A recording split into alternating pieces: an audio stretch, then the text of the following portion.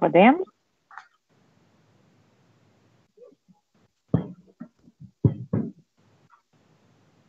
Tá rolando já. Então, beleza. Bom, então, agora mais formalmente, boa noite a todas, boa noite a todos.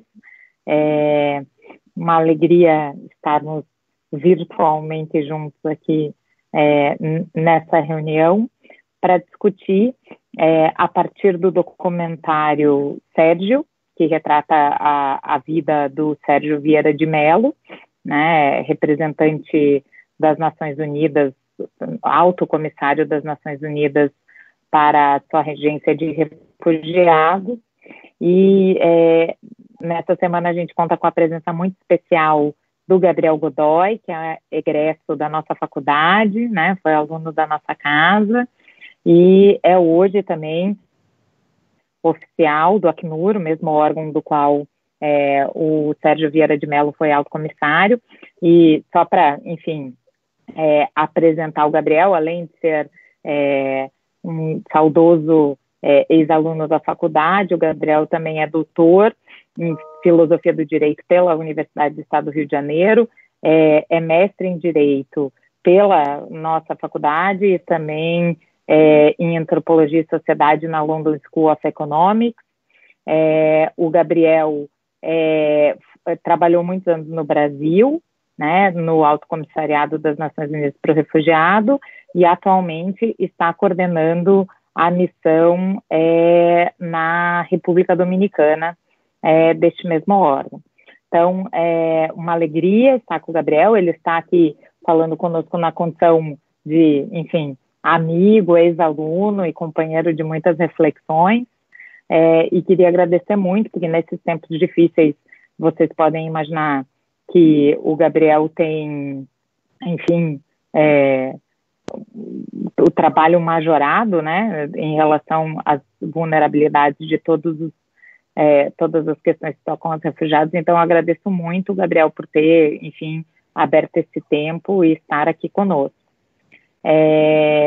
Também agradeço ao professor Miguel, né, sempre parceiro aí nos nossos debates presenciais e virtuais, e dentre as muitas e grandes virtudes que o professor Miguel tem, uma delas é de ser irmão também do Gabriel, né, então essa família aí enfim, uma linhagem extraordinária, né, e também agradecer a professora Vera, que, enfim, professora de todos nós aí, e que nos ensina e nos inspira tanto a pensar o direito também por outros meios e outros caminhos, dentre eles a literatura, o cinema. Então, também é aí fruto dessas lições a inspiração para o debate de hoje. Então, feita essa introdução, e a ideia é que seja algo bastante informal, então até me desculpo aí pelo excesso de informalidade, mas feita essa introdução, passar a palavra ao Gabriel para, enfim, algumas colocações iniciais, e daí depois a gente dá sequência no debate. A palavra é sua, Gabriel, agradecendo mais uma vez. Boa noite, Melina. Queria agradecê-la como a professora que organizou essa reunião, enfim, pelo gentil convite. É uma alegria estar aqui com o SECONS, e, enfim, especialmente, juntamente também, né, da professora Vera, a diretora da nossa Faculdade de Direito da Universidade Federal do Paraná, e do professor Miguel, meu irmão, para que nós possamos aqui, entre nós quatro, iniciarmos uma reflexão conjunta sobre o filme e o legado do brasileiro Sérgio Vieira de Mello. Então é uma alegria para mim estar aqui com vocês, retornar às atividades que a professora Melina organiza e enfim, e volta e meia me chama, então eu faço isso com muito gosto. É sempre bom voltar para casa, ainda que de maneira virtual, né? Então, eu queria propor uma rápida introdução para discutir com vocês em 3 momentos e, enfim, abrir um pouco para reflexão e questões das demais pesquisadoras, pesquisadores e ouvintes, e com isso nós podemos preencher essa hora. Então, vou fazer 10 minutos de comentários iniciais e ficaria à disposição para reagir um pouco às provocações e questões que apareçam. Então, o primeiro ponto, eu queria pensar um pouco sobre o que se vê no filme. O segundo ponto é um pouco para refletir o que se lê no livro, já que é um documentário baseado numa obra escrita, né, por uma outra jornalista. E, em terceiro lugar, enfim, uma questão que eu gostaria de colocar a partir do que o filme traz e que está muito baseado no que o livro propõe, mas que não está, digamos assim, elaborado, é o que se transmite com a carta, particularmente a carta final que nós vemos no fim do filme, a carta enviada pelo brigadista ao secretário-geral da ONU, Kofi Annan, relatando um pouco como foi o encontro dele com o Sérgio Vieira de Mello naquele momento final. Então, em primeiro lugar, em relação ao filme, é muito interessante mostrar como ele recupera essa interação de personagens e atores que participaram das grandes decisões e das grandes operações das Nações Unidas, particularmente a partir dos anos 90, até o começo dos anos 2000, que é uma época em que as Nações Unidas entram em grandes atividades e coloca numa agenda central uma série de temas que até então não tinham sido possíveis. Então, é a partir da década de 90 que nós vemos as grandes conferências, né, as grandes conferências, como, por exemplo, as grandes conferências de direitos humanos, né, o esforço desde o ex-secretário-geral Boutros Ghali, depois com o Kofi Annan. Então, se abre todo um debate sobre o direito internacional dos direitos humanos. Para além disso, é uma década também em que grandes temas, como agenda de desenvolvimento, agenda de discussão sobre meio ambiente, entra em cena.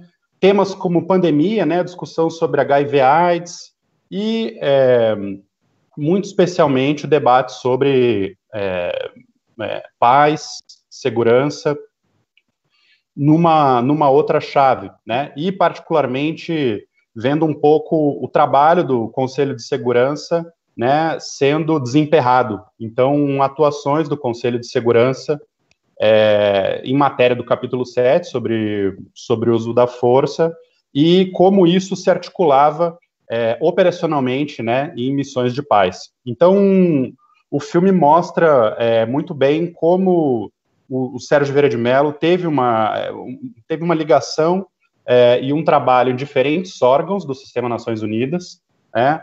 Ele realmente começou no Alto Comissariado da ONU para Refugiados, o Acnur, né, com 21 anos, saindo da universidade, tinha acabado de se formar em filosofia pela Sorbonne, e serviu 34 anos, né, em diferentes postos, e terminou como alto comissário para direitos humanos, né? Então, ele viu uma série de transformações desses temas, né, temas que não estavam na agenda das Nações Unidas, que passaram a ganhar centralidade. Ele foi um protagonista no debate, depois da implementação de muitos desses pontos, e, portanto, parte da história do sistema é lida, né, na biografia e é vista no filme sobre o Sérgio Vieira de Mello. Então, é bastante interessante perceber isso, né? Chama muito a atenção também um pouco essa relação entre o diretor do filme e a própria biógrafa dele, né, a Samantha Power. Então, ela começou, digamos assim, o contato dela com o Sérgio Vieira de Mello veio do ofício dela como jornalista, cobrindo justamente conflitos e agenda humanitária na década de 90, e ela tinha escrito um livro anterior, né, A Message from Hell, que discute um pouco o genocídio em Ruanda, e ela faz uma leitura sobre a política norte-americana e faz uma crítica em relação, digamos assim, ao que foi uma indiferença da comunidade internacional às vítimas do genocídio em Ruanda, que, enfim, chegaram a alcançar uma cifra enorme, de mais ou menos 800 mil mortes. Então, quando ela fez as diversas entrevistas que serviram de material para o livro dela anterior, ela indagava muito sobre a política norte-americana e recebeu comentários sobre essa de ser uma responsabilidade muito mais das Nações Unidas, e não necessariamente dos Estados Unidos. Então, ela ficou um pouco com essa pulga atrás da orelha e foi parte de uma investigação que continuou sobre como as Nações Unidas pode responder a graves crimes contra a humanidade, né, genocídios, e como são os impasses dessa situação, como sair de uma encruzilhada entre a indiferença e a intervenção. Então, ali ela acabou chegando na figura do Sérgio Vieira de Mello, e ela escreveu esse livro, né, Chasing the Flame, e mostra muito bem um pouco o Sérgio Vieira de Mello, que trabalhou nesse órgão, e talvez valesse a pena recuperar um pouco a frase célebre do segundo secretário-geral da ONU, né, que dizia que a ONU não foi criada para levar a humanidade ao céu, mas para salvá-la do inferno. Então, o Sérgio Vieira de Mello é um pouco um dos personagens que teve que se haver com essa organização, e o livro tem a densidade de mostrar assim, o pensamento desse brasileiro e a sua capacidade de ação. Então, como, de certa forma, o agente e a estrutura interagem, buscando um pouco colocar a sua formação, a sua visão de mundo em prática. E é bastante interessante pensar as questões que marcaram o Sérgio Vieira de Mello, desde, talvez, da sua juventude, da sua formação universitária, e que continuaram com ele, né, ao longo da sua vida profissional. Ele foi, enfim, como nós podemos ver, uma pessoa que estudou em Paris justamente, né, vivendo o contexto de maio de 68. Então, ele foi uma das pessoas que foi pro front, protestou, chegou a jogar pedra na polícia, foi suspenso, né? Um ano depois viu seu pai ser exonerado, né, de maneira compulsória do Itamaraty. Então, é muito interessante, é muito simbólico. É uma pessoa que viveu, digamos assim, as consequências da ditadura militar num campo muito privado.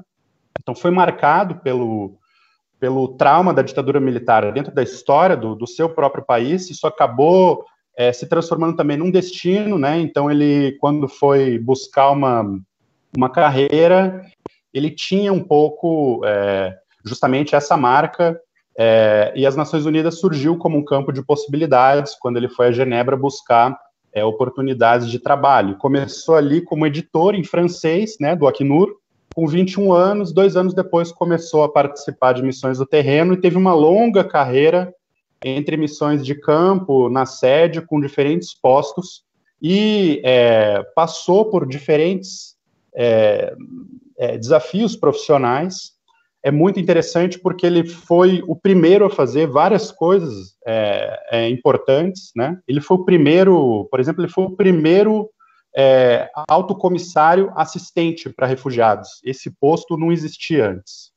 Então, ele foi justamente nomeado para essa posição pela ex-alta comissária, né, da ONU para Refugiados, a Madame Sadako Ogata, que foi a alta comissária para refugiados justamente nesse longo período aí da década de 90, começo dos anos 2000. Então, o Sérgio Vieira de Mello foi a pessoa que teve esse posto criado para ele, em 96, justamente em função do que foi lido como um êxito no resultado das suas missões nos Grandes Lagos e nos Balcãs, né? E ele assumiu outros postos importantes no Acnur, né? Ele foi diretor do Bureau para a Ásia, quando ele discutiu justamente a resposta ao fluxo massivo de refugiados do Vietnã, né, os Boat People, e chegou a propor justamente esse diálogo entre as diferentes partes, os diferentes países, conseguindo unir numa mesma mesa Estados Unidos e Vietnã. Ele também, enfim, participou de 91 a 93 como enviado especial da Sadako Ogata para o Camboja, né, e foi lá que ele conseguiu viabilizar essa operação de 370 mil repatriações. Então, isso só foi possível pela habilidade política do Sérgio Vieira de Mello, essa capacidade de negociação justamente com uma parte que era considerada hostil, né, tendo se arriscado a travar um diálogo com o cunhado do Pol Pot, né, do Khmer Rouge, do Khmer Vermelho. E foi ali que ele conseguiu a abertura para a repatriação dos primeiros 75 mil refugiados. Ele foi também Undersecretary General para Humanitarian Affairs, né, então subsecretário-geral para temas humanitários, em 98. Ali é que ele reorganizou todo o departamento de Humanitarian Affairs da ONU, lá no 34º andar do edifício em Nova York, na sede da ONU. E, enfim, nessa capacidade foi a pessoa que ocupou esse posto que ficou mais tempo em missão, né, fora da sede. Então ele tinha essa característica de terminar sendo chamado pelo seu talento individual, pelas suas capacidades, habilidades. Ele conseguia se posicionar como um grande negociador, uma pessoa que conseguia encaminhar soluções para impasses que no terreno muitas vezes eram considerados extremamente complexos, né? E é por isso que ele foi representante especial do secretário-geral várias vezes, né? Em Kosovo, em 99, quando ele trabalhou em Pristina, depois no Timor-Leste, de 99, trabalhou até 2002 em Dili, lá, enfim, é onde nós temos talvez o exemplo daquilo que era considerado até então impossível, porque nunca havia sido feito, né, um processo de nation building, né, de construção da mais nova nação naquele momento, das Nações Unidas, e, enfim, o seu último posto como alto comissário de direitos humanos, e que ele chegou a acumular por pouco tempo como representante especial do secretário-geral Kofi Annan para o Iraque, trabalhando em Bagdá. De modo que essa trajetória que nós conseguimos ver em imagens no documentário, que nós conseguimos aprender com mais complexidade na biografia, trazem muito dos debates fundamentais das Nações Unidas que ainda hoje fazem parte das questões mais complexas e ainda a serem, de certa forma, elaboradas, né, pelos Estados-nação, por quem se dedica à diplomacia e ao trabalho humanitário. E, enfim, é particularmente interessante pensar também, não só isso, né, que nós conseguimos ver no filme, ler no livro, mas, de certa forma, pensar um pouco o que significou aquela carta que ele recebeu do brigadista, que, para além, digamos assim, de um depoimento pessoal, extremamente sensível e emotivo sobre a força, né, a verve, e essa posição ética até o final da sua vida, né, do Sérgio Vieira de Mello, mas também um pouco, de certa forma, aquilo que não está dito, uma espécie de não dito da carta, mas que ainda é uma questão hoje, né, seja para quem estuda direitos humanos, para quem se dedica a refletir sobre as Nações Unidas, o destino, né, dos modos de articulação entre os temas paz, segurança e direitos humanos hoje. Então, um dos desafios daquela operação, que foi considerado quase que uma missão impossível, dizia respeito justamente à dificuldade que havia para lidar com a questão das intervenções, né? É interessante recuperar, por exemplo, a biografia do próprio Kofi Annan, né, o livro dele sobre intervenções, que ele escreveu. Ele justamente foi o secretário que sucedeu Boutros Ghali, né, o ex-secretário-geral que viveu o genocídio de Ruanda e foi muito criticado pela falta de capacidade de resposta da ONU naquela época para aquela situação. Quando o Kofi Annan foi nomeado pelo Conselho de Segurança, ele foi um dos personagens que contribuiu para colocar esse tema dentro da pauta de debate das Nações Unidas. E quando nós vemos a situação no Iraque, o Sérgio Vieira de Mello precisou se se haver com um desafio muito difícil, enfim, porque, de fato, a ocupação foi unilateral, ela não passou por uma validação, não foi fruto de um encaminhamento de uma decisão do Conselho de Segurança, né, que pensa o uso da força dentro de uma proibição, né, do uso da força. Então, é preciso que exista ou uma situação de legítima defesa ou uma autorização para o uso da força de acordo com o Conselho de Segurança, o que não existiu. Então, a presença de um enviado especial, do secretário-geral, nesse contexto de uma ocupação, foi extremamente problemático, e a própria doutrina, de certa forma, que foi construída, né, de uma certa legítima defesa preventiva, colocou uma série de problemas para como lidar com esse tema. E foi justamente, digamos assim, desses fracassos que se sucederam outras discussões, como responsabilidade de proteger, responsabilidade ao proteger, e talvez, digamos assim, o que há da ordem do trágico dessa situação enfim, aquele traço de repetição, porque, enfim, o que nós pudemos perceber anos depois é que continuou sendo extremamente desafiador e problemático, e que não foi o único episódio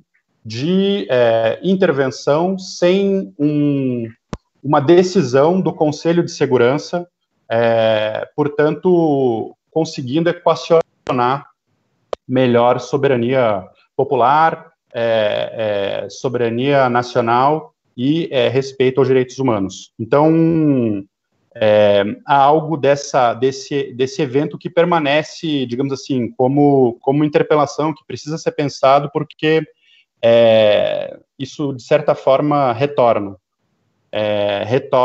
e hoje nós vemos um mundo em que, enfim, há uma dificuldade de se destravar esse debate no âmbito do Conselho de Segurança, de um lado, né, e o resultado dessa impossibilidade, ela resulta, digamos assim, no incremento dos efeitos dos efeitos humanitários dessa crise política. Então, nós temos hoje, assim como o Sérgio Vieira de Mello viu e testemunhou na sua época, nós temos hoje, em 2020, né, o maior número de refugiados desde que as Nações Unidas foram criadas. E nós temos mais de 2/3 dos refugiados vindos de 5 países, especialmente. E o país de onde mais se originam refugiados é a Síria, né, que tem em torno de 6,7 milhões de refugiados. E você só consegue entender a crise na Síria a partir justamente do histórico de insucessos das intervenções e de insucessos de um encaminhamento sobre responsabilidade de proteger, não só a partir da situação no Iraque, mas, por exemplo, da própria situação na Líbia. Então, eu acredito que aquilo que faz parte, digamos assim, do toque de gênio, do compromisso, do senso de responsabilidade do Sérgio Vieira de Mello, permanece como legado, né, ainda hoje, e como ponto fundamental, assim, de reflexão e ação. E talvez fosse interessante, para honrar um pouco essa biografia, pensar esse Sérgio Vieira de Mello não só nessa chave do, digamos assim, encaminhamento de um idealismo para um pragmatismo, né, no final da sua vida, mas talvez justamente na capacidade de conciliação ou na capacidade de um saber fazer com essas antinomias, talvez justamente por essa marca no Sérgio Vieira de Mello, de um compromisso com a luta contra a ditadura, de um compromisso com as lutas por independência, anticoloniais, né, de uma capacidade de pensar, de certa forma, Kant com Marx, né, que é algo que ele fez desde a sua formação em filosofia, passando pelo seu doutorado em Kant, e que nós podemos ver em vários dos seus escritos, né, aquela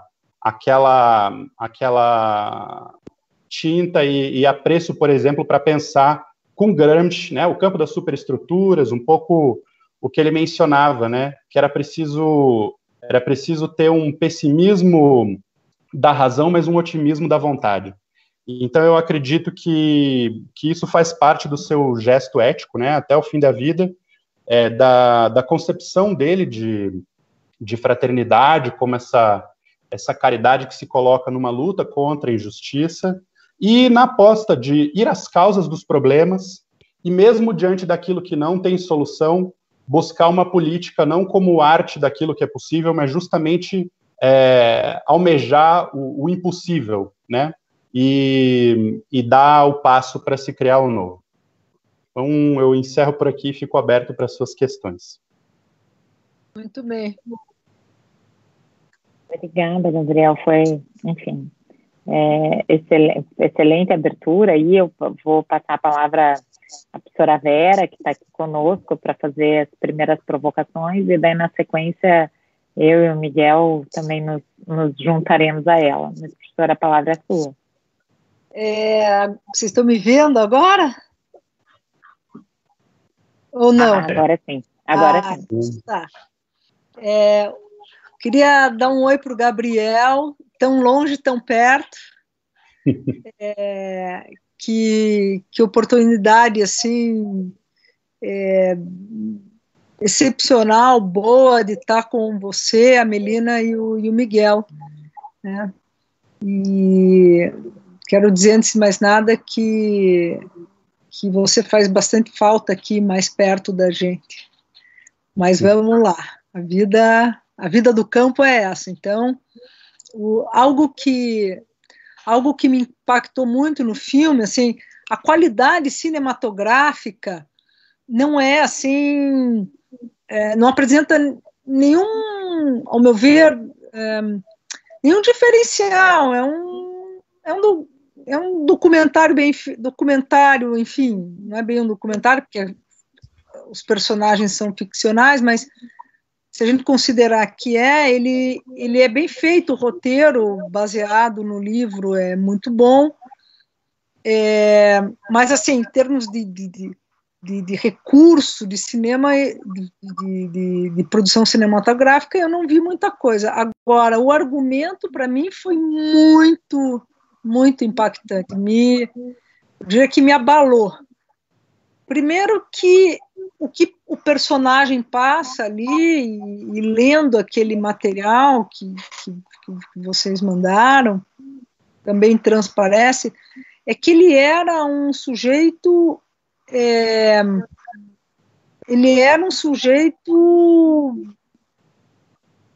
complexo e com uma, digamos, com uma dimensão da função dele nesse mundo, porque transparecia pelo personagem a tensão, a preocupação, a sensibilidade, o que de fato é estar no campo. Então, o que mais me chamou a atenção, Gabriel, lendo e vendo o filme, agora com a tua fala também, e isso é minha primeira, digamos, provocação para você, é o que significa isso, estar no campo dos direitos humanos.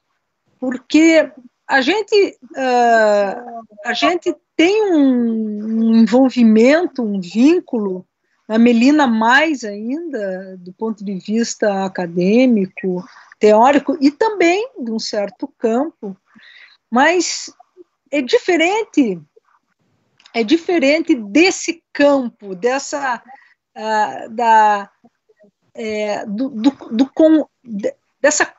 dessa realidade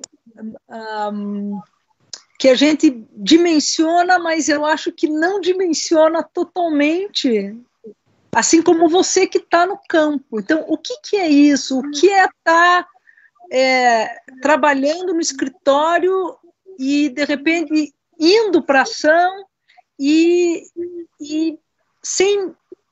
com estratégias, com conhecimento, mas sem muitas certezas, porque o inusitado está posto quando você está no campo de batalha, no campo de guerra, no campo das carências, das faltas, das fragilidades. Então, eu queria pensar o campo, né? O Sérgio Vieira de Mello teve uma formação em filosofia e chama a atenção que ele tenha feito esse trabalho da dialética, digamos assim, da teoria e da prática. Porque eu li uma homenagem que o Celso Amorim fez para ele, aonde ele dizia isso, que quando ele estava em ação, a sensibilidade dele, isso que é da formação dele, que não é só a formação acadêmica, mas esse Bildung, isso que vem da história que você falou, do que ele viveu na França, da cassação do pai, do meio que ele veio, mas que ele tinha essa sensibilidade, né? E lendo aquelas, acho que são sete, como é que chama aquilo? 7 lições, são 7 ou 6 lições que ele, né, que ele apresenta ali no documento. Eu fiquei muito impressionada como essas lições justamente mesclam isso, que é estratégia, ação, pé no chão, ao mesmo tempo sensibilidade, quer dizer, eu acho que quem está no campo dos direitos humanos, seja esse campo qual for, eu acho que tem que ter esse ingrediente, essa mistura, porque ao mesmo tempo que ele fala em lei e ordem, da necessidade disso, lei e ordem é algo tão duro, principalmente na experiência lá do que foi no Timor, né, de reconstruir, e enfim, era isso que eu queria falar do filme propriamente dito. Eu acho que a história de amor ali é importante, porque mostra que, eu sei que isso é um tema de enfrentamento, mas mostra a solidão ao mesmo tempo. O contraponto disso é a solidão das pessoas que estão no campo. Então, você está no campo fazendo uma ação em direitos humanos, mas a tua subjetividade é tão tocada por uma condição, muitas vezes, de solidão. Eu acho que o amor ali, o romance, mostra o quanto isso sim, tem que se tiver lugar, tem que se encaixar, eu acho, né? Então, acho que eram essas as minhas primeiras provocações, e mais uma vez dizer que assim, olhando agora você, o Miguel e a Melina, e, sei lá, me dá uma emoção muito profunda, que nem tenho mais o que dizer.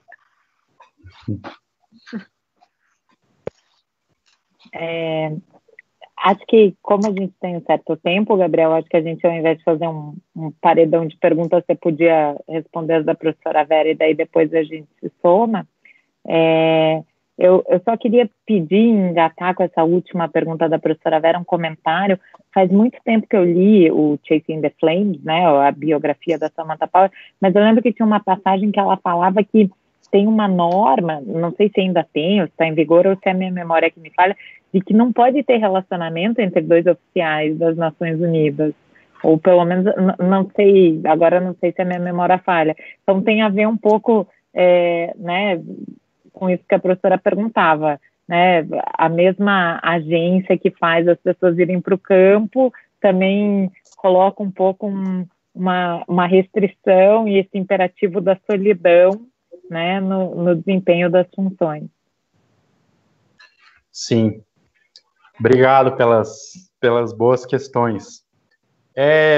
Eu acredito que o campo dos direitos humanos nós podemos pensar em vários sentidos, né? Não só no sentido que o Sérgio Vieira de Mello atribuía, né, como o campo, como o terreno, né, o field, né, o terreno. Então, como ele como ele anuncia, desejando boas-vindas aos novos funcionários e funcionárias do escritório que ele passou a dirigir, né, o Alto Comissariado para Direitos Humanos, e ele diz justamente como alguém que conhece bem a nova organização que ele assumiu, e vindo de uma outra cultura organizacional, como ex-funcionário do Acnur, ao chegar no Alto Comissariado para Direitos Humanos, o que ele percebe é um número muito grande de pessoal que estava na sede e nunca tinha servido no campo, nunca tinha servido no terreno. Então, eram, digamos assim, especialistas em direito internacional dos direitos humanos, mas sem, digamos assim, expertise com como isso se torna operacional na prática. Como isso pode ser um ferramental que resolve problemas? Em que medida, nas disputas que surgem entre estados e sociedade civil, digamos assim, o escritório pode ajudar a encaminhar algum tipo de resposta? Então, é nessa linha que eu faço uma leitura diferente, um pouco, talvez, digamos assim, colocando Samantha Power contra Samantha Power. Em vez de pensar o Sérgio Vieira de Mello como um kantiano idealista que terminou extremamente pragmático, nós podemos talvez justamente pensar essa relação agonística do Sérgio Vieira de Mello, dele com ele mesmo, e justamente naquilo que era uma antinomia, no sentido kantiano, para aquilo em que se chega num campo de encruzilhada, ele tinha uma forma de elaborar isso que era de uma forma extremamente interessante, era bastante até materialista. Então, ele gostava de pensar os problemas a partir do ponto de vista do terreno, né? Então, esse lugar dos direitos humanos, de certa forma, é esse ponto de vista, né? Mas é também, digamos assim, um lugar simbólico, né? Quer dizer, eu acredito que há um discurso em que ele faz que é particularmente interessante, em que ele problematiza e coloca 5 questões para o campo dos direitos humanos, né? Num texto que foi publicado na revista Sur, pela Conectas.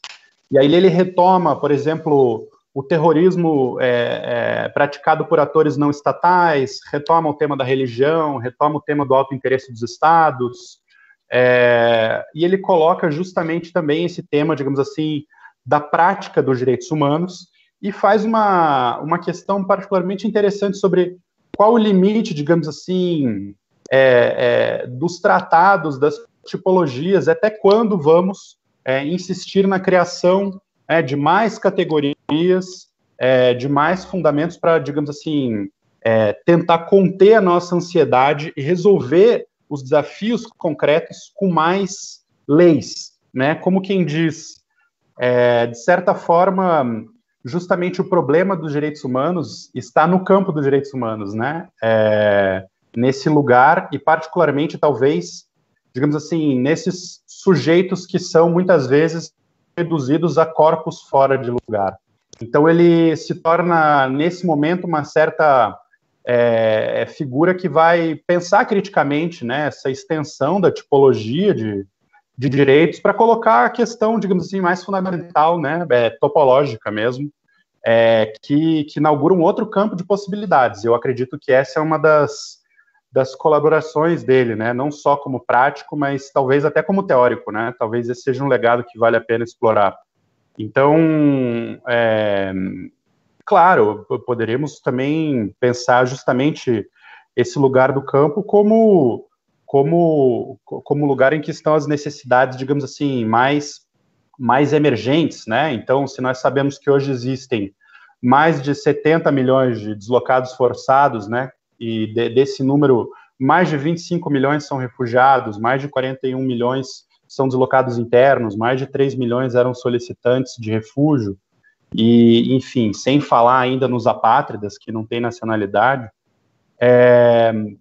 Claro que são esses lugares, né? Por exemplo, quando ele menciona, né? Hoje em dia nós estaremos dizendo especificamente sobre, por exemplo, eu mencionei a Síria, mas A gente pensa, por exemplo, no Afeganistão, mais de 2 milhões de refugiados, Sudão do Sul, mais de 2 milhões, Mianmar, né, mais de 1 milhão, Somália, quase 1 milhão, e os países que recebem essas pessoas, né, os 5 principais, né, a Turquia recebendo mais de 3 milhões de refugiados, o Paquistão, Uganda e o Sudão com mais de 1 milhão, né, seguido pela Alemanha. Então, esses são lugares que representam um pouco o que foi, digamos assim, o campo dos direitos humanos para o Sérgio Vieira de Mello, né, tanto na prática de buscar uma resposta para essas emergências humanitárias, como também como lugar que fazia com que fosse propício uma reflexão sobre novas categorias, novos conceitos e novos desenhos institucionais para resolver esses problemas, né, para resolver, encontrar respostas naquilo que era até então um impasse dos próprios países. Então, quando o Sérgio Vieira de Mello consegue, por exemplo, com todo o poder que lhe foi delegado, como representante especial do secretário-geral, construir um processo que não era só peacekeeping, né, não era só peace enforcement, mas era peace building, né, nation building, então construção da paz, construção de um novo modelo de soberania, né, numa aliança com a soberania popular, justamente Xanana Gusmão, que representava a liderança da luta anti-colonial no Timor-Leste, e consegue uma costura política que, enfim, encaminha para o entendimento num contexto de pós-conflito. Esse lugar ele ganha materialidade, né? Então, justamente nessa perspectiva um pouco singular do Sérgio Vieira de Mello, de um Kant mais, digamos assim, lido por um materialista, de certa forma, né? E, por outro lado, eu acredito que é extremamente interessante o que ele também encara como, digamos assim, uma espécie de responsabilidade ética radical com esse campo, né? Fazendo uma leitura, assim, para além daquela ideia de autonomia moral clássica, né, digamos assim, despolitizada do Kant, digamos assim, encarando, né, que você não tem desculpa nenhuma para não cumprir o seu dever. A gente vê a história dele, a história de quem cumpriu com o dever até o final, mas talvez mais interessante do que isso digamos assim, o Kant do Sérgio Vieira de Mello é aquele que faz com que não se possa pensar também nas desculpas para não se responsabilizar pela escolha de qual é o seu dever, né? E esse era o compromisso justamente dele, né? Em relação à segunda questão sobre, digamos assim, as peculiaridades digamos assim, da vida profissional nesse campo, né, de trabalho, de fato, né, eu acredito que sim, o Sérgio Vieira de Mello ele foi alguém que acabou servindo como inspiração para diferentes políticas organizacionais, né. Ele transformou muito todo o protocolo de segurança das Nações Unidas, por exemplo, com a criação do UNDSS, todo um departamento de segurança que cuida da situação dos profissionais, né, que servem como funcionários internacionais da organização. E lógico, existe toda uma preocupação com esse, digamos assim, código de conduta de quem faz trabalho humanitário, justamente, digamos assim, para evitar que uma pessoa que está numa posição de poder se beneficie dessa posição de poder, digamos assim, numa relação profissional, né? Então, existe sim um código de conduta que pede para que não exista, né? Que proíbe basicamente a relação de uma pessoa com alguém que esteja em posição de subordinação hierárquica, né? Assim como também se proíbe a relação, digamos assim, com pessoas que se beneficiam da assistência humanitária, né? Então, são princípios do próprio Código de Conduta, por exemplo, do Acnur, ao qual todo funcionário se compromete, também todos, digamos assim, parceiras, né, entidades da sociedade civil, etc., que trabalham com o Acnur, por exemplo. Em relação à questão dos impasses da vida, né, de funcionário internacional, claro, é verdade, né, eu sempre falo brincando, né, tenho aquela edição em português do Heidegger, né, Mundo, Finitude e Solidão. Acho que isso resume, né, digamos assim, os dramas dos funcionários expatriados, mas, digamos assim, nós também nunca estamos sozinhos, né? Então, existe um certo saber fazer com a solidão que se torna importante para conseguir sobreviver à distância, aquilo que faz falta. E apesar dessa solidão e das distâncias, há também sempre a descoberta de outras, digamos assim, outras possibilidades, outras amizades, e, enfim, uma abertura aí do campo dos afetos, etc., que nos permite também construir novas redes, né, nos diferentes lugares em que a gente serve. E isso coloca muitas vezes quem participa dessa rede numa posição de solidariedade, né? Então existe um laço muito forte entre quem trabalha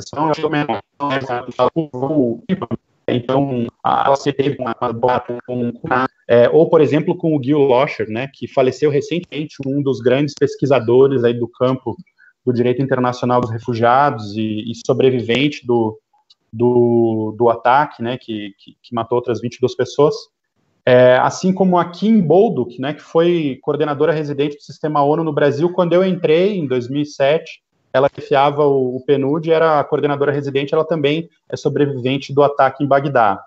Então, digamos assim, esse campo não é só o lugar da exceção. É possível produzir alianças, é possível circular de outros afetos e a posição, às vezes, de desamparo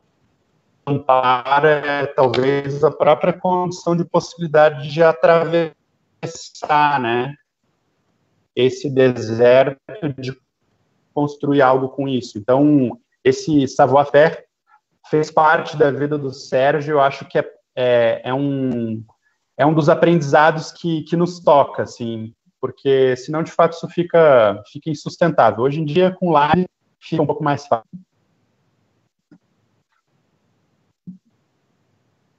Miguel.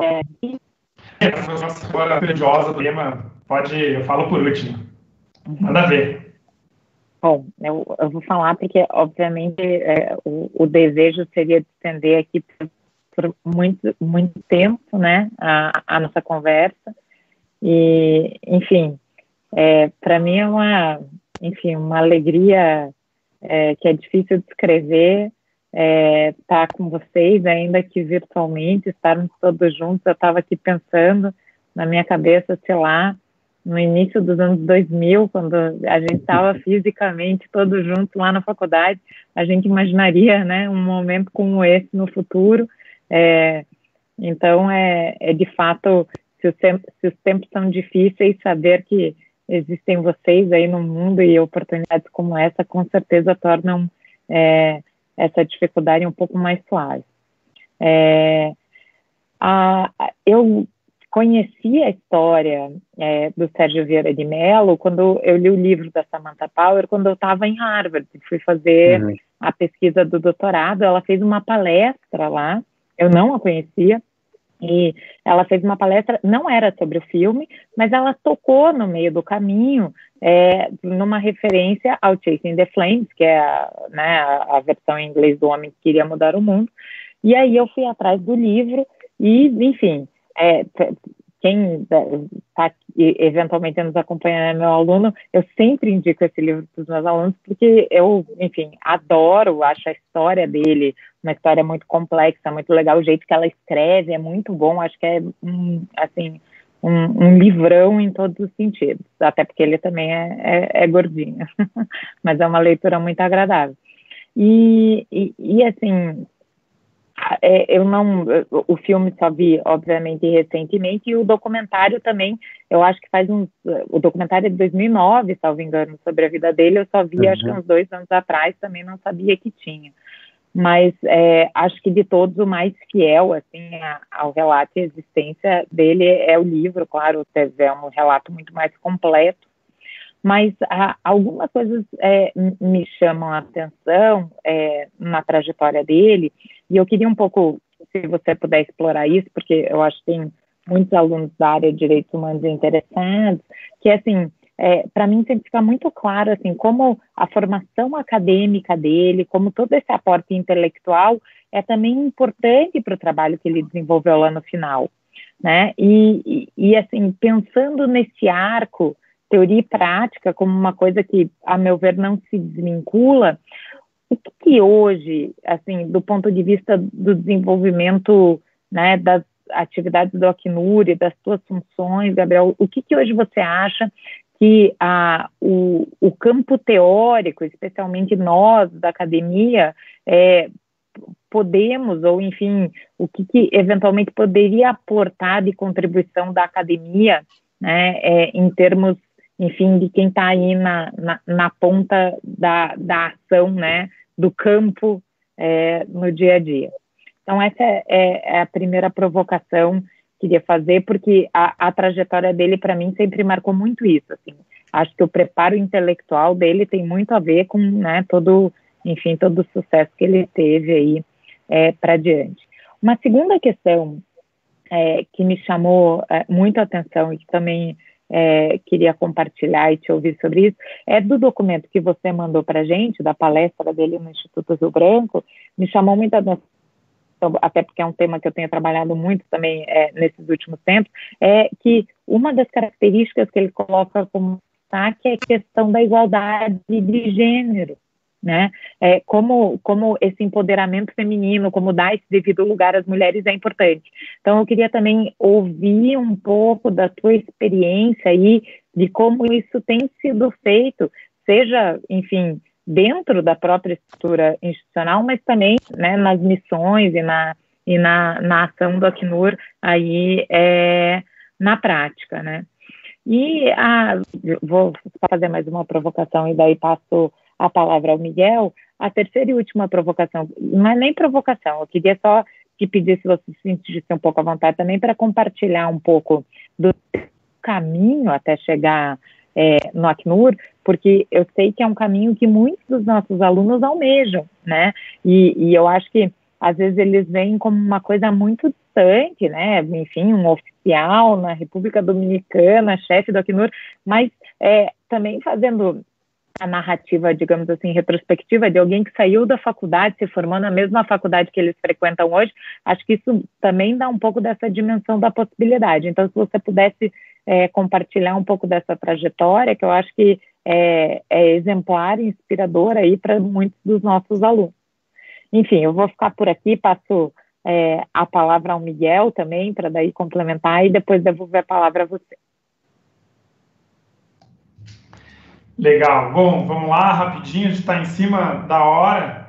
Eu queria, em primeiro lugar, dizer que é um prazer estar aqui. Queria agradecer especialmente a professora Melina, que foi quem teve a ideia de fazer esse evento com o meu irmão, Gabriel, chamar a professora Vera e me colocou junto porque ela é uma amiga querida, professora, colega, com quem eu divido os bancos da faculdade desde a época de aluno, hoje como professor.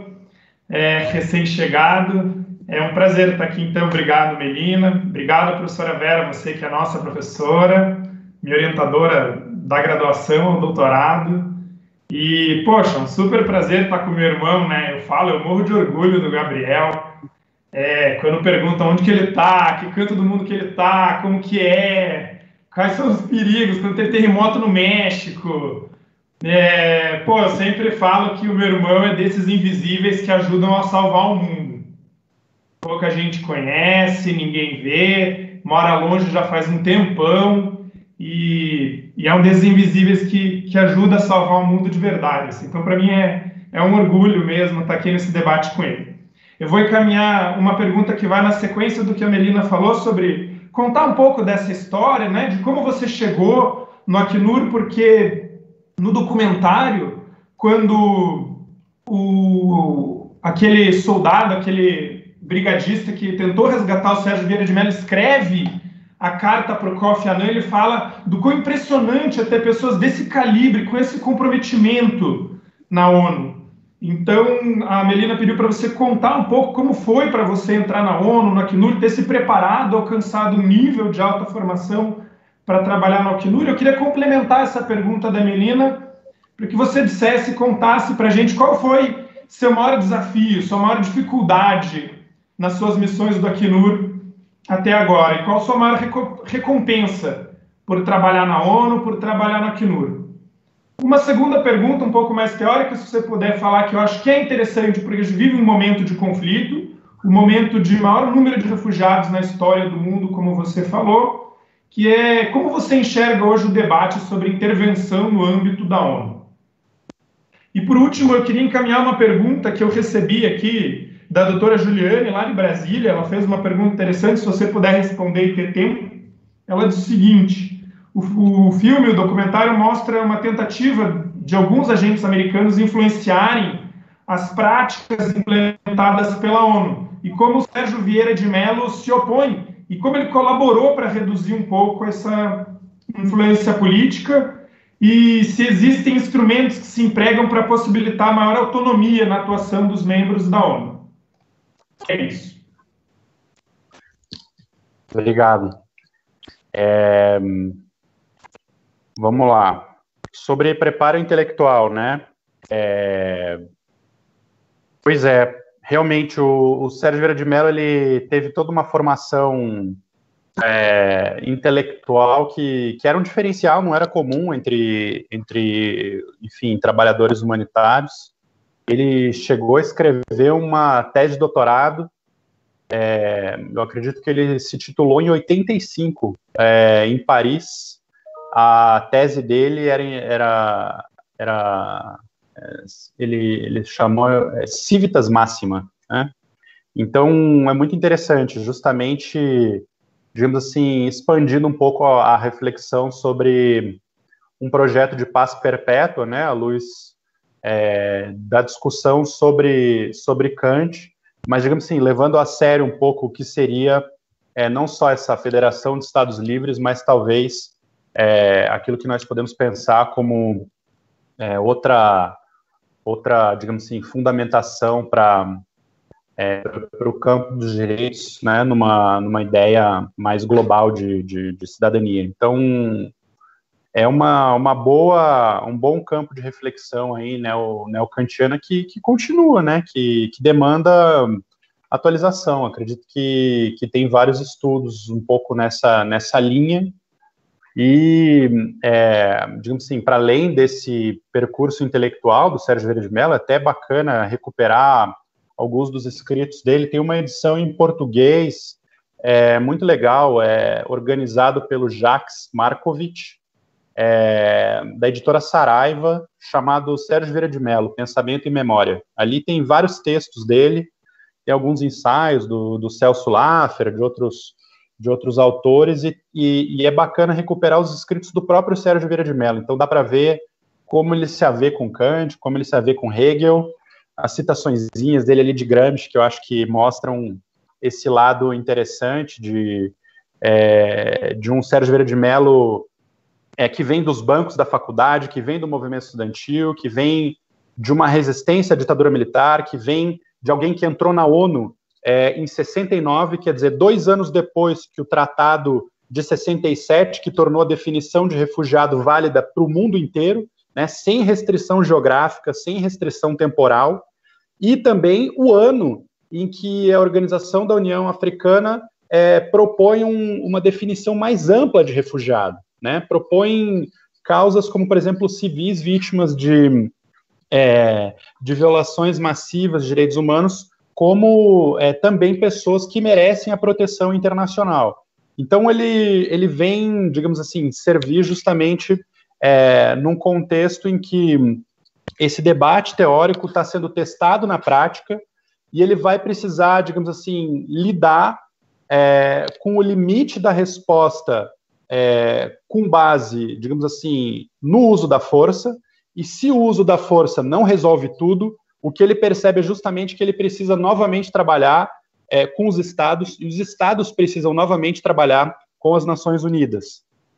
Como ele consegue se colocar como alguém capaz de trabalhar nesse campo, né? Para além dessa formação, digamos assim, que vem de berço, que é genética, enfim, que está ligado ao que ele teve acesso por ter a posição social, enfim, que ele teve, foi também, digamos assim, essa habilidade com idiomas, né? Ele falava meia dúzia de línguas, aprendeu inglês fluentemente em 2 anos, né? Quando ele foi editor do Acnur, em 69 ele ainda não falava inglês, e terminou, enfim, sendo extremamente carismático, porque parte do esforço que ele fazia era de falar com as pessoas na sua língua. Então, isso é um dos pontos que se ressalta, né? O aprendizado dele do teto no Timor-Leste, etc., esse apreço que ele tinha, esse senso de, digamos assim, de alteridade, não como discurso, né? Mas como algo que fazia parte do exercício diário que ele se impunha para conseguir, digamos assim, engajar quem era afetado por aquela operação dentro do processo de debate e encaminhamento de soluções da própria operação. Então, eu acho que o preparo intelectual é fundamental, como a professora Melina colocou, quando se insiste um pouco, né, nessa formação geral, nessa formação sobre teoria, que faz parte um pouco da tradição também do curso de Direito da Universidade Federal do Paraná, em particular, mas, enfim, do campo das humanidades, da nossa instituição, no sentido mais amplo, com certeza isso se torna um diferencial, isso pode produzir algo interessante, e no caso dele foi assim. Então, eu diria formação acadêmica sólida, preparo para o uso das línguas, né? Enfim, pelo menos saber 2 das línguas oficiais das Nações Unidas, eu acho que ajuda muito. Não precisa saber 6 idiomas ou 7, como Sérgio Vieira de Mello, mas pelo menos 2. E, digamos assim, no livro da Samantha Power, ela chama atenção para algumas características pessoais dele, né, que ela indica como extremamente interessantes. Então, eu diria, em primeiro lugar, assim, essa capacidade que ele tinha de pensar os problemas a partir da materialidade, a partir de uma espécie de empiria, que fazia com que ele gerasse, digamos assim, teorias que ele submetia a um teste concreto e ele tinha abertura para revisar a sua posição à medida em que ela dava ou não certo, né? Então, por exemplo, na história que ela conta de quando ele, numa operação de paz, vê um militar entrando com um tanque, né? Portanto, numa posição de ameaça à população civil, e ele vai interpelar o militar, mostrando para ele que ali há uma força de paz, há uma tropa de manutenção da paz das Nações Unidas, né? Ele era o responsável, ele fala para aquele militar que aquilo era inaceitável, né? E aí ele escuta desse militar a seguinte resposta: bom, se você acha que isso é inaceitável, você deveria ver o que eu faço a 2 esquinas daqui, né? E aí ele aprendeu e ele deixou de usar sempre nas futuras negociações dele a palavra inaceitável.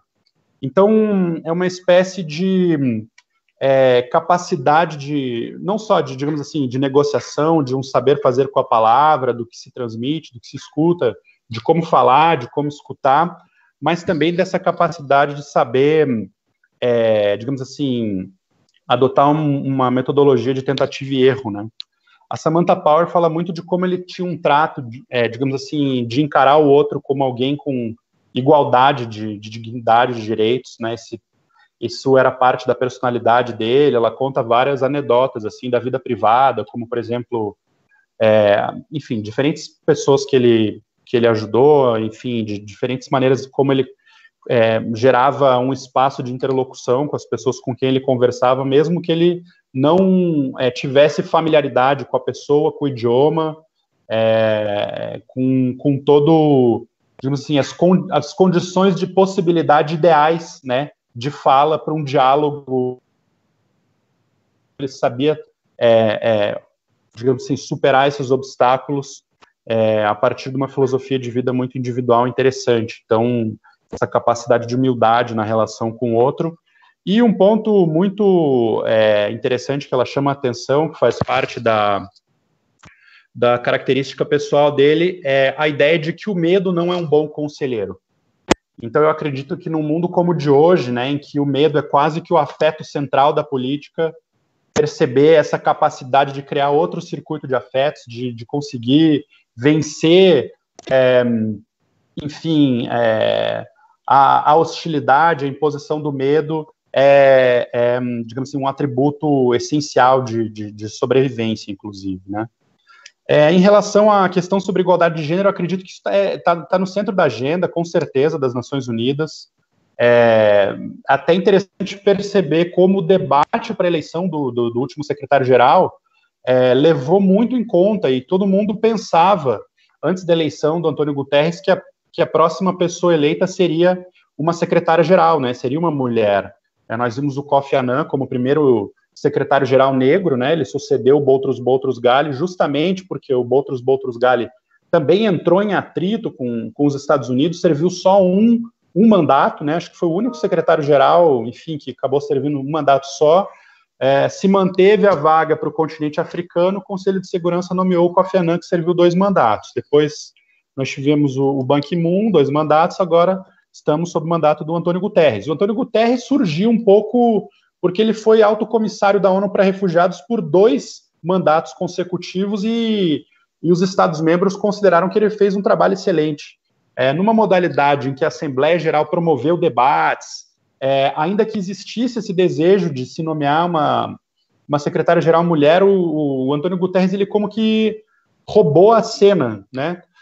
Colocando, digamos assim, como elemento central justamente dos impasses no mundo, naquele momento, as encruzilhadas no campo humanitário. E aí ele tinha, como ninguém, um currículo, enfim, que lhe dava credenciais que ninguém tinha naquele momento, né? Ele foi chefe de governo de Portugal, enfim, chefiou aqui né, enfim, aumentando o orçamento da instituição, aumentando seu número de funcionários e respondendo a crises dificílimas.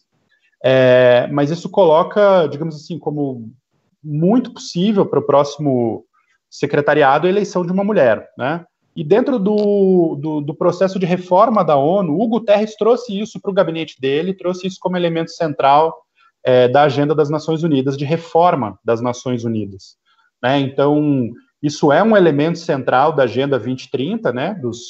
Dos Objetivos de Desenvolvimento Sustentável, que, digamos assim, oferece uma nova linguagem, uma nova moldura para o trabalho de cooperação da ONU com os Estados-membros, numa chave, digamos assim, de reforma da ONU, em que, para além do trabalho com os Estados, se pensa cada vez mais também um trabalho com as comunidades de acolhida, ou seja, com as cidades, com as comunidades locais, com a sociedade civil, com a academia, com o setor privado, e a igualdade de gênero, digamos assim, como um componente central nesses diferentes níveis, né?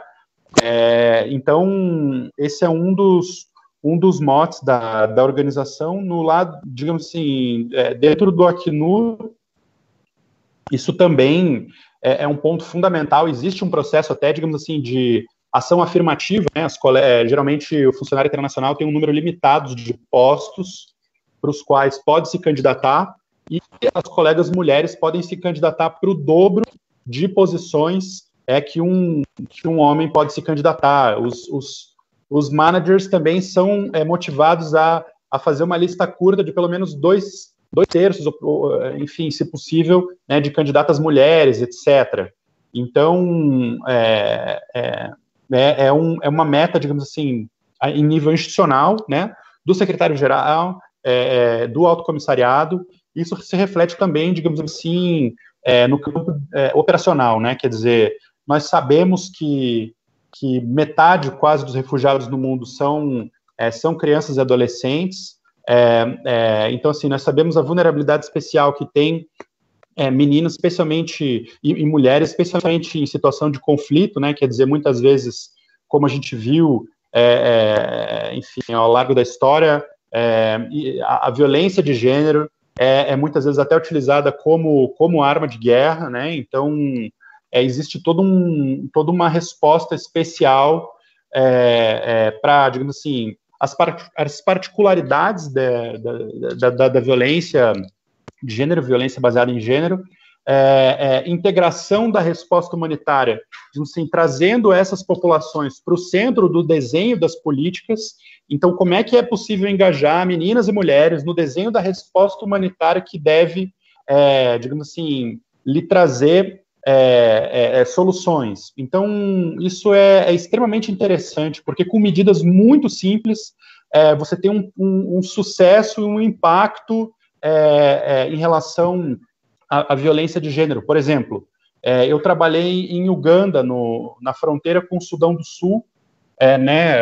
Enfim, Uganda tem 1.200.000 refugiados hoje, de vários países diferentes, mas especialmente do Sudão do Sul. Então, quando eu servi na fronteira em Lamuô, né, na fronteira com o Sudão do Sul, numa operação de resposta à emergência, tinha um fluxo massivo de refugiados do Sudão do Sul, né, muitas eram mulheres e meninas, e nos assentamentos existia, mesmo no assentamento, do lado em que a pessoa está segura da perseguição no país de origem, a pessoa é exposta à violência que faz parte, digamos assim, da própria política de acolhida, né? Ali, com a instalação de lâmpadas solares, aquilo diminuiu de maneira severa casos de violência contra mulheres e meninas. Então, o desafio de promover a igualdade de gênero permanece, está na pauta. Eu acredito que existem projetos extremamente interessantes sobre como empoderar meninas e mulheres, porque, digamos assim, a luta pela igualdade de gênero, especialmente nesses, digamos assim, nesse nível mais elementar, ela é inclusive uma luta pela própria sobrevivência, né, das pessoas. Enfim, existem outros encaminhamentos, né, como a violência de gênero ser um motivo reconhecido cada vez mais por países de acolhida para outorgar e reconhecer a pessoa como refugiado, né, e não só a violência contra a mulher, mas violência contra outras identidades de gênero. Então, esse é um tema muito interessante nas Nações Unidas e também dentro do próprio campo do direito internacional dos refugiados.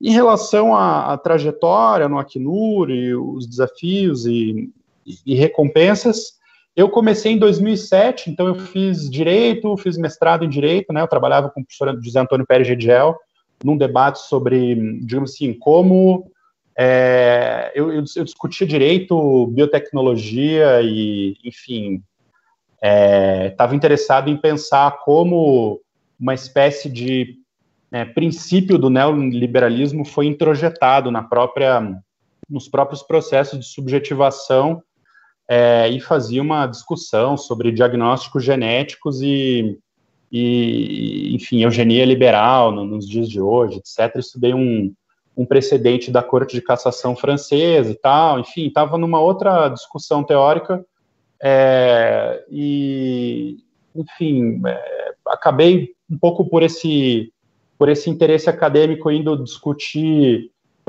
as convenções, o debate na Unesco sobre genoma, patrimônio comum da humanidade. Eu estava muito interessado em pensar criticamente essa linguagem proprietária na solução para esses novos problemas que a biotecnologia trazia. E aí eu acabei, enfim, tendo a ajuda de várias pessoas aí do meu lado, vocês conhecem muitas delas, que me colocaram em contato com o professor que me disseram que era alguém que estava muito bem informado sobre isso, que era o Antônio Augusto Cansado Trindade, que era juiz da Corte Interamericana de Direitos Humanos. Aí eu estava no mestrado na UFPR, consegui ir para São José da Costa Rica, para ter uma interlocução com o Trindade, fazer pesquisa lá na biblioteca, e daí, por ter ido lá, acabei ficando um tempo, fiz passei um período ali na Corte Interamericana de Direitos Humanos como profissional visitante. Disso, acabei tendo uma experiência de observador fui convidado pela OEA para ser observador eleitoral da eleição presidencial na Guatemala, em 2007. Então, participei dessa missão curta em 2007. Enfim, fui para uma cidade no interior da Guatemala. Enfim, quando eu estava monitorando as eleições, houve um problema de fraude eleitoral. Começaram a chegar vários caminhões com eleitores que não eram reconhecidos pelos habitantes daquela comunidade. Eles incendiaram o colégio eleitoral, as urnas, enfim, e isso acabou gerando a evacuação do pessoal da OEA, né? Então eu fui evacuado, saí, tive que ir embora, e foi ali que eu comecei a ter minha experiência humanitária. Depois, enfim, quando eu quis me mudar para Brasília, tinha algumas perspectivas de trabalho, e surgiu a experiência de trabalho com a Acnur como assistência de relações externas, e essa experiência anterior, né, da OEA e com a Corte Interamericana de Direitos Humanos acabou me permitindo competir, chegar até a entrevista, e, enfim, e ser selecionado. Então, foi um pouco acidental, assim, acabou despertando meu interesse, porque na época eu estava discutindo muito filosofia política contemporânea, Agamben, etc. Eu me interessava, teoricamente, pelo que representaria o refugiado hoje, né? Ou o que representa hoje a ideia de campo, etc. Justamente numa leitura, enfim, na linha que eu fui estudar depois do meu doutorado, com a Betânia Assi, né, na UERJ, numa espécie de reflexão teórica, né, junto com outros pesquisadores e pesquisadoras nesse campo mais amplo de crítica às teorias da justiça e de pensar a partir dos fenômenos de injustiça. Então, enfim, eu acho que foi por aí, assim, foi uma trajetória de interesse pelo campo da filosofia política contemporânea, direitos humanos, e uma série enfim, quase que acidentes que geraram essa oportunidade. Enfim, a partir da medida em que eu comecei a trabalhar como assistente de relações externas, eu tomei contato um pouco com o mandato do Acnur, de maneira mais interna. Eu fiquei 1 ano em Brasília, depois eu fui para Costa Rica, onde eu fiquei como consultor, ajudei na construção da nova página web em português, fiquei 1 ano lá. Depois eu fui para Londres, fui fazer mestrado em Londres, enfim, fui estudar antropologia, estudei um pouco a situação dos povos indígenas em situação análoga de refúgio, então queria discutir um pouco isso. E daí, nesse momento, o anterior oficial de proteção do Acnur, o Wellington Carneiro, que é meu colega, hoje está lá em Moscou, foi nomeado para o Sudão, e eu concorri para o posto dele. Aí fui para Brasília em 2010, depois, enfim, fiquei um tempo no Acnur, fiz doutorado, fui discutir ética do encontro, que é um pouco meu tema hoje. Agora eu estou numa reflexão um pouco sobre hospitalidades selvagens no pós-doutorado na PUC-Rio com a Betânia. E, enfim, fui para o México, depois vim para cá, estou em Santo Domingo, né, aqui na República Dominicana, como chefe de missão do Acnur. E em relação ao maior desafio e maior recompensa, acho que ambos se remetem ao mesmo lugar, né, nesse momento de Uganda, em que eu servi no que a gente chama no Deep Field, né, numa missão de emergência, em que nós tivemos que construir do zero, assim, a resposta, né, para esse fluxo massivo de pessoas. Nos primeiros dias, a gente estava recebendo, acho que chegou num pico de 5.000 pessoas que a gente recebeu ainda sem ter a estrutura do assentamento minimamente montada. Então, foi um processo complexo, porque a gente teve que discutir com o governo a cessão de terras para construir o assentamento, construir estradas no meio de chuvas muito fortes. Então, foram estradas que colapsaram, tiveram que ser reconstruídas. Nós tivemos que fazer isso em conjunto com a comunidade de acolhida, e parte da recompensa vem justamente em ter feito isso bem, né? Quer dizer, nós conseguimos uma construção de uma resposta que não era um campo fechado, mas justamente um assentamento que convivia com a comunidade de acolhida, com o povo Acholi. Então, foi extremamente bonito, assim, ver como estava na memória desse povo a situação do Sudão, como muitas das pessoas em Uganda tiveram que se refugiar no Sudão e agora eles acolhiam, né, os sul-sudaneses no seu território. Então, teve um processo bem interessante ali, e o nosso team leader acabou até recebendo um nome, digamos assim, nativo, né, pelo líder daquela comunidade. Eu fiquei lá 3 meses, a gente passou de 0 para 25 mil pessoas sendo atendidas nesse povoado. Então, foi um enorme desafio. Durante a missão, nós perdemos um colega que teve um ataque cardíaco e faleceu no ano em que ele ia se aposentar. Então, foi extremamente, digamos assim, difícil, né, principalmente para os colegas que já o conheciam há mais tempo, e esse com certeza foi um desafio grande, assim, o desafio não só operacional, mas também esse desafio, digamos assim, em termos de saúde mental, de como conseguir capacidade de resiliência, né, para sofrer, para, digamos assim, superar esse tipo de baque. E, claro, né, eu acho que uma solução como a que a gente acabou conseguindo encaminhar naquele momento, naquelas condições, pelo menos de gerar alternativa para pessoas que estavam chegando de um confronto de perseguição, que chegaram baleados, machucados, etc. Enfim, poder dar um alívio humanitário, mas numa chave de compatibilidade com a dinâmica da economia e do modo de vida da comunidade de acolhida, foi algo extremamente interessante. Isso era mais fácil porque eles eram refugiados do mesmo grupo étnico, então eles eram de estados-nação diferentes, mas eles vinham, digamos assim, do mesmo povo, né? Então é bem interessante, uma dinâmica pós-colonial muito comum na África, mas também talvez na própria América Latina, né? Que a gente tem países diferentes com povos indígenas que vêm do mesmo povo, né? Que habitando territórios diferentes. Em relação à questão da intervenção, esse é um debate que eu não sei se eu estou me estendendo demais, mas é um debate interessante porque está ligado ao que a Melina também colocou como campo de produção da teoria, né, e capacidade de interferência na prática. Então, esse debate tem um histórico longo, enfim, mas se a gente quiser fazer uma história mais recente, talvez desse para voltar ali nos debates do próprio Amartya Sen, né? Eu me lembro de ter escutado ele lá em Londres, quando eu estava lá, e ele tinha toda uma discussão sobre desenvolvimento, sobre human capabilities, né? E ele tentava, enfim, ele que gerou toda a ideia de IDH, né? Índice de Desenvolvimento Humano. Então, nesse contexto pós-Guerra Fria, assim, uma tentativa de metrificar a partir de outras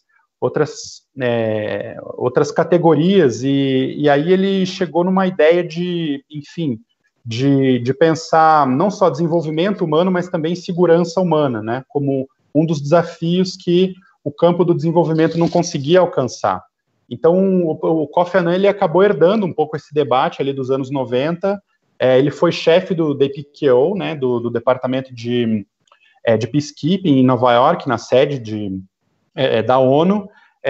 Então, assim, ele foi chefe do DPKO justamente durante o genocídio de Ruanda, né, que acabou depois coincidindo com a saída do Boutros Ghali, né, a não recondução no segundo mandato, e ele, Kofi Annan, sendo o secretário-geral nomeado justamente ali para buscar soluções, né, e até é interessante fazer a ligação com a pergunta sobre o tema Estados Unidos e Nações Unidas, porque o Boutros Ghali foi muito criticado e teve dificuldades ali justamente com os Estados Unidos. Então, o Kofi Annan, ele queria propor essa discussão sobre soberania, direitos humanos e intervenção, né? Então, ele pensava assim que situações como Ruanda, situações como Srebrenica, né, não poderiam ficar ou ser indiferentes, né? Isso moralmente não era aceitável.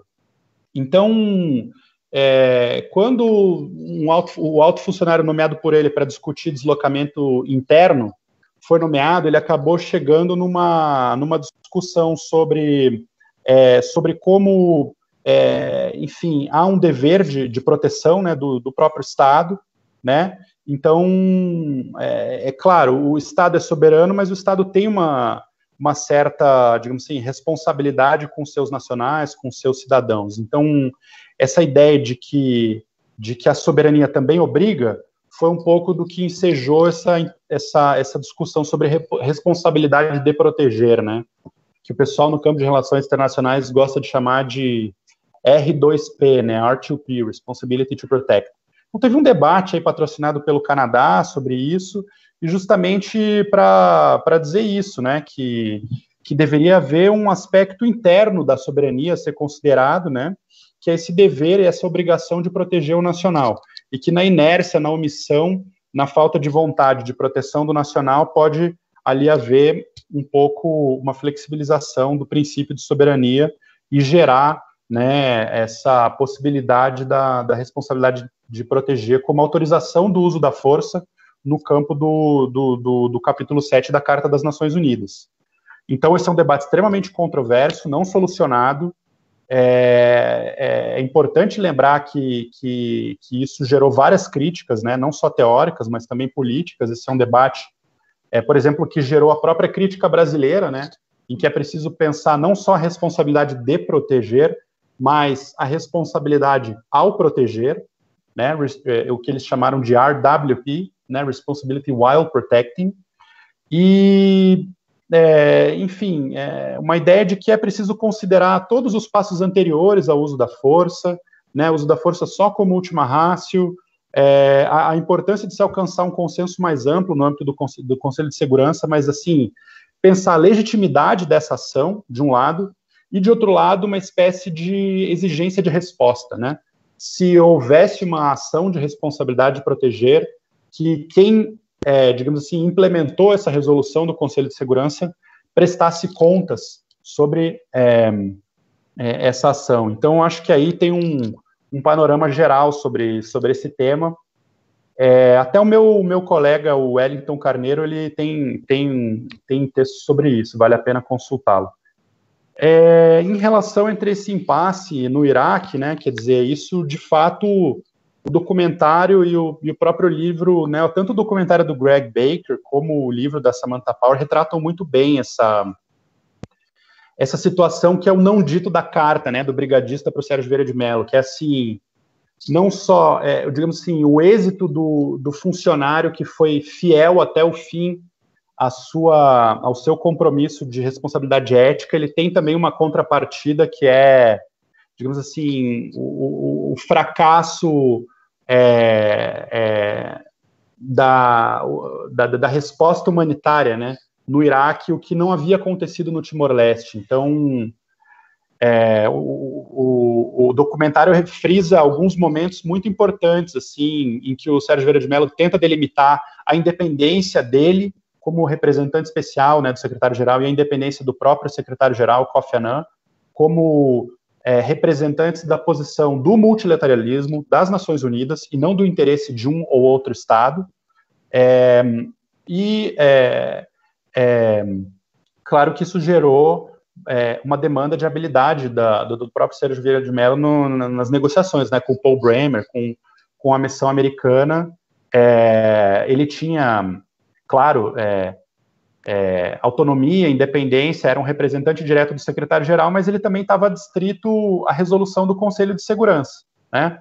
E era uma missão em que ele tinha que, ao mesmo tempo que promover a transição para eleições democráticas, ele tinha que contar com o respaldo e a estrutura, digamos assim, das forças de ocupação, né? É por isso que ele enxerga com muita clareza o que simbolizava e o que tornava, talvez, o seu trabalho uma missão impossível, né? Que a própria tropa,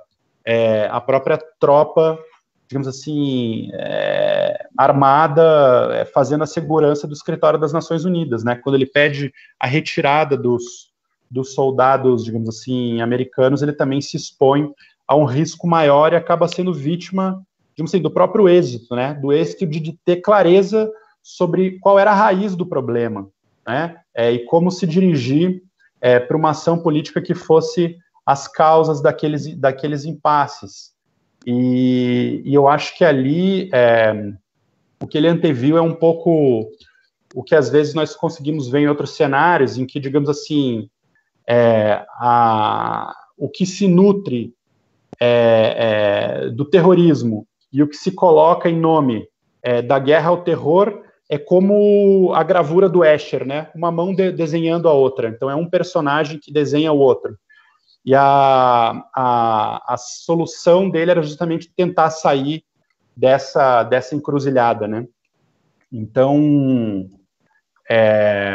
eu acho que a genialidade dele foi justamente tentar, a partir de uma chave kantiana, construir politicamente um espaço de neutralidade que pudesse abrir espaço para alianças com o povo iraquiano, com diferentes forças, grupos, para uma transição que infelizmente não pôde acontecer, porque eram condições muito difíceis para representar, digamos assim, um esforço pela paz numa ocupação que ainda não terminou, né? Então, com certeza, aí, respondendo a questão da Juliana, a autonomia, a independência não fazem com que você, na prática, esteja livre das outras contingências, né, e de um ambiente que vai ser inevitavelmente político, né? Então é um pouco da própria lembrança do Sérgio Vieira de Mello sobre como só os Estados-nação podem salvar as Nações Unidas. A ONU, no final, não é só uma pessoa, não é só um prédio, né? A ONU também são os discursos, as linguagens e as ações que são mobilizadas pelos diferentes estados, né, e como os atores interagem com essas diferentes estruturas. Eu acho que eu tentei dar conta aí das principais perguntas. Obrigado pela atenção, escuta e por esse encontro. Com certeza faz da experiência de solidão algo mais tolerável aqui para mim no meio dessa pandemia. Puxa, Gabriel, obrigada, foi incrível. Eu recebi aqui no meio do debate mensagens de vários alunos, enfim, vibrando aí com a sua experiência, com o seu exemplo e também, enfim, com as lições aprendidas. Muito obrigada, acho que foi uma oportunidade pessoal, afetiva, mas também, enfim, de bastante aprendizado também, de inspiração acadêmica para os nossos alunos. Queria muito te agradecer. Acho que a figura do Sérgio Vieira de Mello e essa ideia do pragmatismo e do idealismo são bem colocadas no presente momento, né? Naquele texto que você mandou para a gente da palestra dele no Instituto Rio Branco, ele acaba justamente com uma frase que é mais ou menos assim: se o pragmatismo eu vou até pegar para não aqui, ó, já que o pragmatismo é essencial, façamos prevalecer o idealismo. Eu acho que momentos como esse nos enchem aí de esperança para também nutrir um pouco os nossos idealismos. Queria te agradecer muitíssimo, agradecer também a presença aí do Miguel e da professora Vera, que embarcaram nessa minha ideia já desde, né, quando propus. É sempre uma alegria também renovada estar com vocês aqui, ainda que virtualmente. Não, obrigado.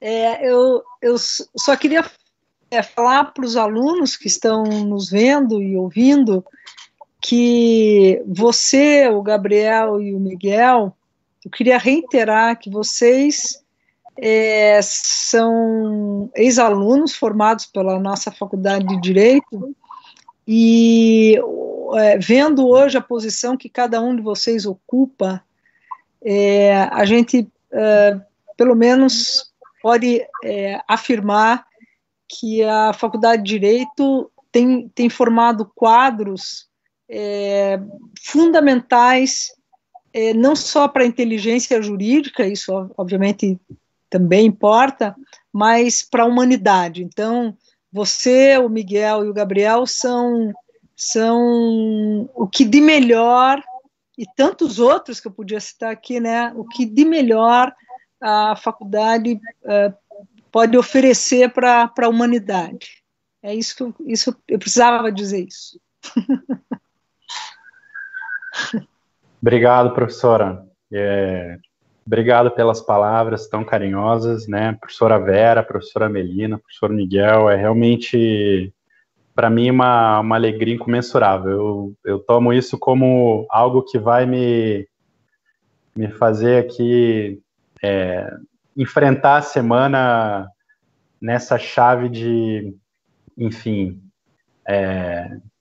chase the flame, né?